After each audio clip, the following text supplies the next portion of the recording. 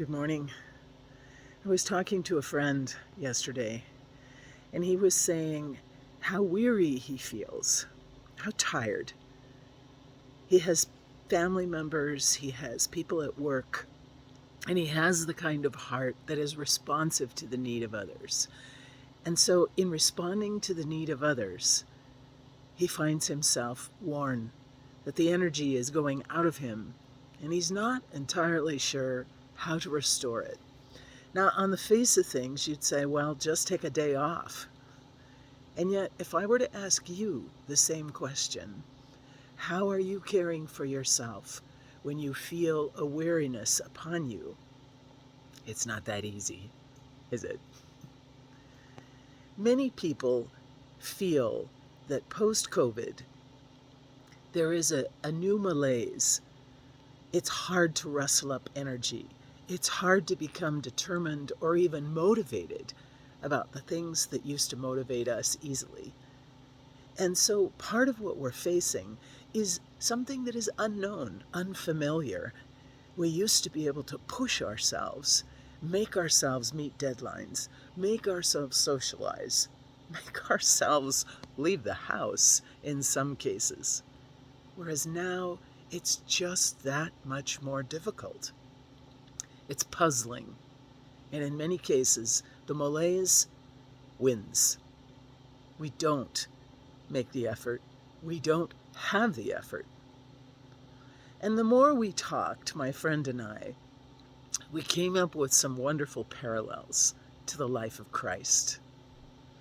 So often in the Gospels, it talks about Jesus taking time to rest, taking time to pull away from the crowds, taking time, making time to be on his own, and many times in the company of the one who loves him, the company of the divine.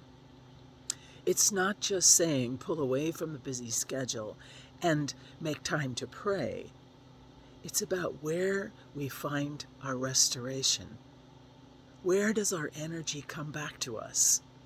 Where do we see that God loves us in such a way that we are recognized for who we are? We are seen. God sees what we struggle with and doesn't judge. The need for rest is real. It's not a luxury. It's not even something that we can put on hold until we retire. As you talk to retirees, and there's that, they actually feel more busy than they were when they had a job. The idea behind rest is that we recognize the gift that God has given to us, the body that has animated us for so many years. When you look at infants or you look at toddlers and you think that everything that young person has for their life, everything they're going to need, is right there encapsulated in those two chubby little legs that can barely hold the body up at this point.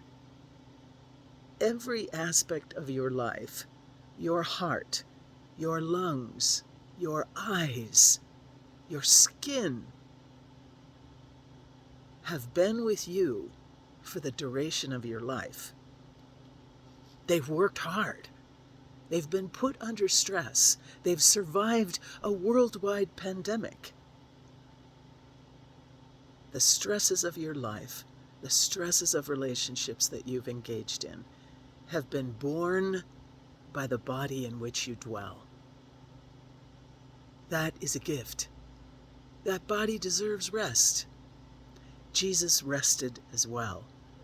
And why is that documented? I think it's so interesting. Of all the things that the apostles, the evangelists could have documented, they talk about the many times that Jesus slept, that Jesus rested in the boat, on the mountainside, in the garden. Jesus took time. Take time today. Make time today. And don't feel like it's a luxury. Don't feel like you're spoiling yourself. This is important to build into every single day. And in the rest and in the quiet, the one who loves you meets you there. No judgment.